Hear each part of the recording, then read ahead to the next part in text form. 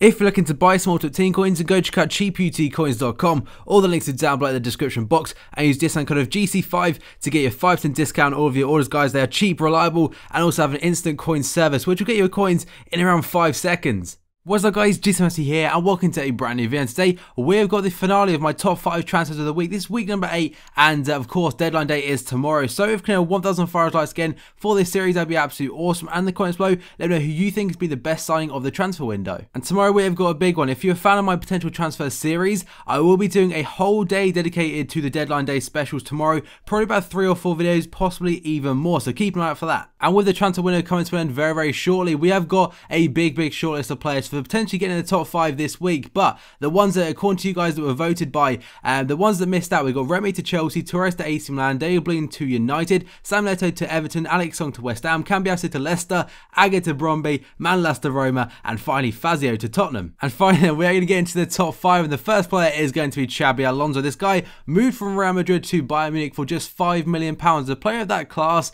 for that fee is absolutely ridiculous. I know he's getting on a little bit, but still £5 million nowadays isn't really much to be splashing around. 42 games last season, 0 goals and 3 assists. But yeah, that's an absolute steal from Bayern. And it does appear that Real Madrid are currently having a clear out of players, as of course Angel Di Maria did leave this week as well to Manchester United. We'll get into him later on in the episode, and it looks like this man could be playing centre back potentially, because Javi Martinez is out for, if I'm correct, the whole season. So it's a big injury and a massive blow to Bayern. But Pep Guardiola, obviously he loves a passing type of player, and yeah, Alonso, probably one of the best you can get. And back onto the topic then of him potentially playing centre-back, he actually did start there on his debut against Schalke the other day, so that's quite an interesting one from Pep Guardiola. Number 4 then, we've got another player going to the Bundesliga, which is going to be Shinji Kagawa. The former Manchester United man has returned back to Borussia Dortmund, and finally this guy deserves the game time, and he's such a good player, but unfortunately it didn't work out for him in the Premier League. He went back for just £6.3 million, which is half what they initially sold him for to United 2 years ago. 30 games last season, most of them coming off the bench,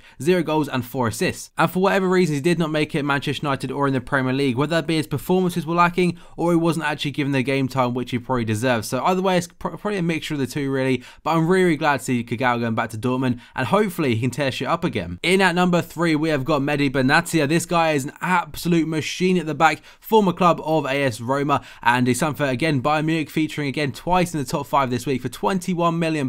That is, again, an absolute bargain. They have spent around, it's not much, but I think they said like for the price of Fellaini, they have signed like 4 world-class players, which is absolutely mad.